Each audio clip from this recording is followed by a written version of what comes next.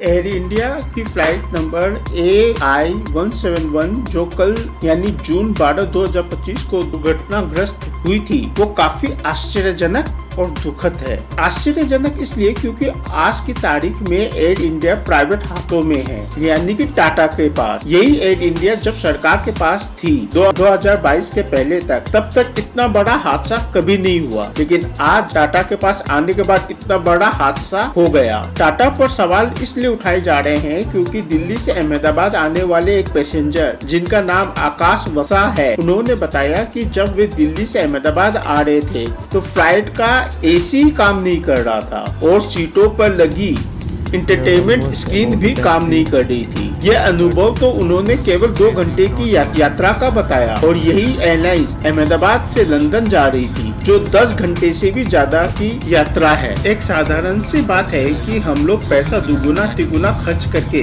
किसी भी सरकारी स्कूल या हॉस्पिटल के बजाय प्राइवेट पर ज्यादा भरोसा जताते हैं, क्योंकि वो मुनाफा कमाती है और मुनाफे के बदले हमें अच्छी सर्विस देती है। लेकिन यहाँ कुछ उल्टा हो गया। उड़ान के अंदर बैठा हुआ एयरलाइंस जान का दुश्मन बन चुका है। इस घटना में नसीब, भगवान और समय को दोष देने से बात नहीं बनेगी। कुछ जिम्मेदारी उन्हें लेनी पड़ेगी जो इन हादसों की वजह बने, क्योंकि अगर आपके कर्म ही खराब हैं, तो नसीब और भगवान कब तक आपका साथ देगा। ये तो मानो ऐसी बात हो गई कि जैसे आप शराब पी रहे हो, फिर लीवर डैमेज या कैंसर हो जाए तो आप दोष भगवान को दे दो। भगवान, अब मेरे पास पैसे कहाँ हैं जो मैं इलाज कराऊंगा। भगवान, समय और नसीब को कोसना बहुत आसान है, लेकिन अपनी जिम्मेदारी लेना बहुत कठिन। अब देखना यह है कि टाटा ग्रुप इस हादसे के बाद अपनी बाकी एयरलाइंस पर क्या काम करता है। क्या वे छोटी मोटी शिकायतें से लेकर बड़ी तकनीकी खामियां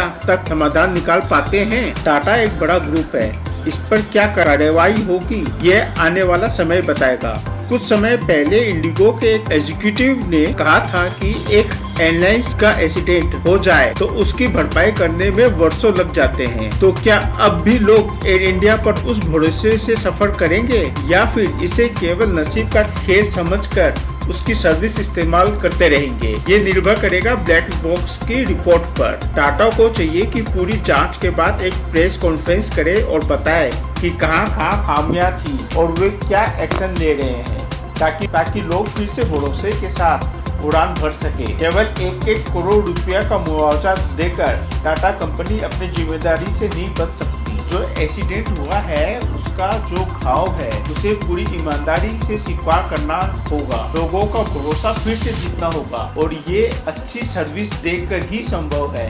ये कितनी जल्दी किया जाता है ये पूरी तरह टाटा ग्रुप पर। अगर ये अपडेट पसंद आया तो अगला मिस मत करना।